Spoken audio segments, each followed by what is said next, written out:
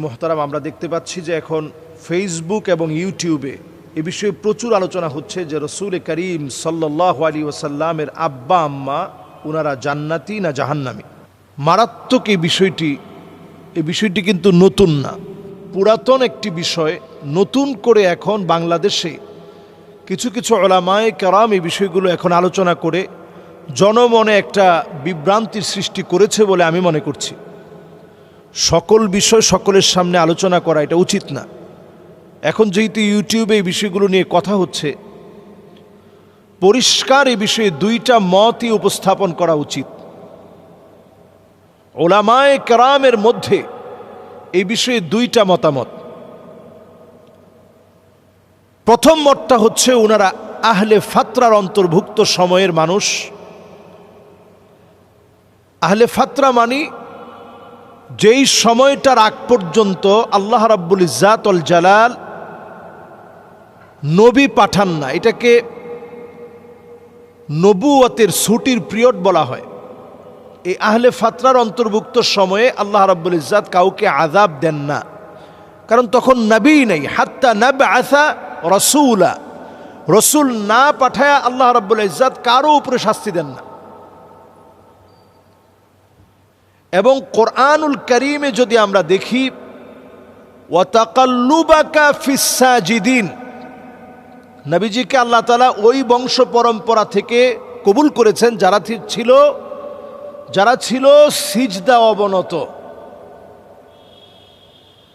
তাহলে বোঝা যায় যে নবী করিম সাল্লাল্লাহু আলাইহি ওয়াসাল্লাম সিজদা অবনত মানুষের রেহেম থেকে, ওই বংশ পরম্পরা থেকে তিনি আসছেন।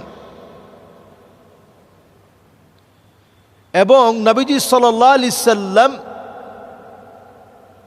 হাদিসের মধ্যে বলছেন যে আমি ইব্রাহিম আলাইহিস সালাতু ওয়াস সালামের দোয়া আর ঈসা আলাইহিস সালাতু ওয়াস সালামের বুশরা হচ্ছে আমি, আর আমার আম্মা এমন একটা স্বপ্ন দেখলেন, যেই স্বপ্নে নবীজি সাল্লাল্লাহু আলাইহি সাল্লাম যে পেটে আসছেন সেটা আম্মাজান, নবীজির আম্মাজান এটা আগেই স্বপ্ন দেখছেন, যেটা কুসুর শাম পর্যন্ত আলোকিত করে ফেলছে। মুহাম্মদ সাল্লাল্লাহু আলাইহি সাল্লামের আগমন শাম পর্যন্ত আলোকিত করে ফেলছে। এবং কোরআনুল কারীমের একটি আয়াত আমি এই জায়গায় বলতে চাই যে কোরআনুল কারীমে আল্লাহ রাব্বুল ইজ্জাত ওয়াল জালাল পরিষ্কার ভাষায় আল্লাহ তাআলা বলছেন, ইন্নাল্লাযীনা ইউযুনাল্লাহা ওয়া রাসূলাহু, যদি আপনি এমন কোনো কাজ আপনি করেন যেই কাজে আপনি আল্লাহ এবং তার রসুলকে কষ্ট দিবেন, ইন্নাল্লাযীনা ইউযুনাল্লাহা ওয়া রাসূলাহু লাআনাহুমুল্লাহ, রসুলকে যদি আপনি কষ্ট দিয়ে ফেলেন তাহলে আল্লাহর লানত আপনার উপরে পড়বে। ফিদ দুনিয়া ওয়াল আখিরা, দুনিয়াতেও পড়বে আখিরাতেও পড়বে, লানত আপনার উপরে পতিত হবে।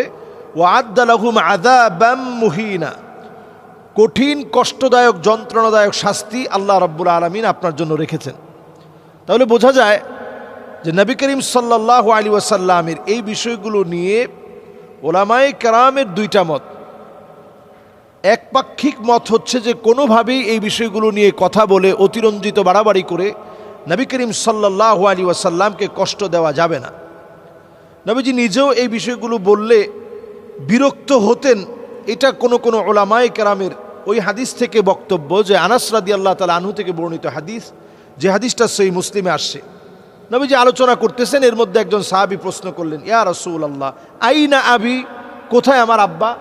তো নবী করিম সাল্লাল্লাহু আলাইহি সাল্লাম উত্তর দিলেন, ফিন্নার, তোমার আব্বা জাহান্নামে। কারণ আলোচনা করার মধ্যে একটা আদব আছে।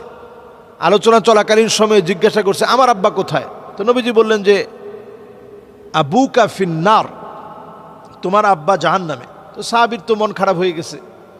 তো ফালাম্মা কাদা দাআহু ফাকালা, যখন এরকম আলোচনা শেষ হলো, নবীজি ডেকে আনছেন এবং ডেকে এনে বলছেন, ইন্না আবি ওয়া আবাকা ফিন্নার, আমার আব্বা তোমার আব্বা সবাই জাহান্নামে। তো এটা বলার উদ্দেশ্য কি? মুহাদ্দিসিনে কেরাম এই হাদিসের অনেকগুলো ব্যাখ্যা করছেন। আমরা ব্যাখ্যাটাও পড়ার চেষ্টা করি। আরবিতে বলে নাই ইন্না ওয়ালিদি, যে আমার বাপ, আবি শব্দটা বলছে, ওয়ালেদ বলে নাই। তো ওয়ালেদ না বলে আবুন বলছে কেন? মুহাদ্দিসিনে কেরামের মধ্যে কেউ কেউ বলেন নবীজির চাচাদের মধ্য থেকে আবুল আহাব জাহান্নামে, আবু তালেব জাহান্নামে।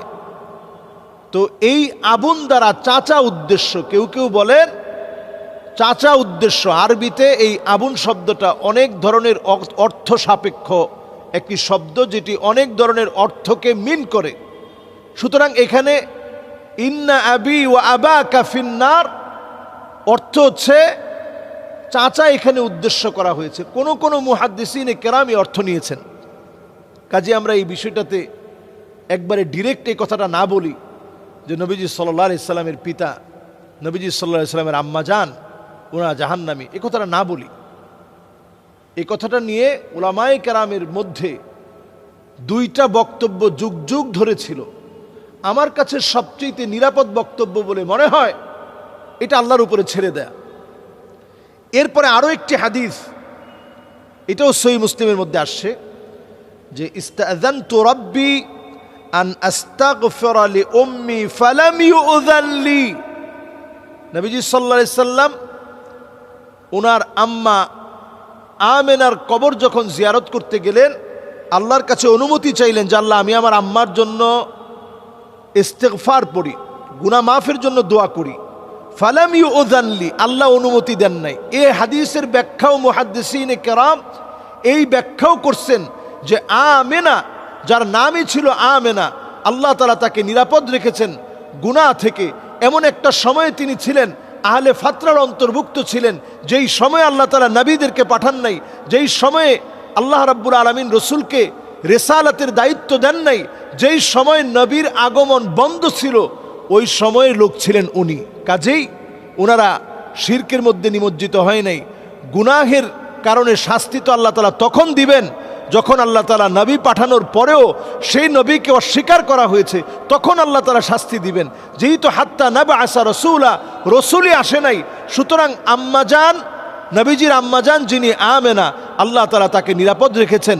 নবীজি সাল্লাল্লাহু আলাইহি ওয়াসাল্লামের আম্মাজান নবীজি পেটে আসার পরে স্বপ্ন দেখেছেন, নবীজি সাল্লাল্লাহু আলাইহি সাল্লাম সেই আম্মাজানের জন্য কেঁদেছেন, কিন্তু আল্লাহ তাআলা অনুমতি দেন না ইস্তেগফার করতে। কারণ কি?